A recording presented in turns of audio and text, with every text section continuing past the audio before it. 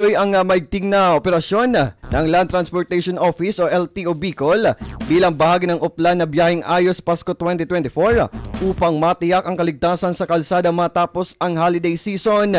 Mahigpit na sinasagawa ng mga enforcer ang roadside inspection upang tiyakin na sumusunod ang mga motorista sa Republic Act 4136 at iba pang batas sa trapiko.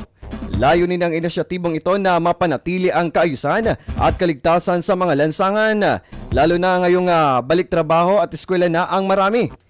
Bukod dito, patuloy din isinasagawa ang terminal inspections upang suriin ang kondisyon ng mga pampublikong sasakyan at mga dokumento ng mga driver.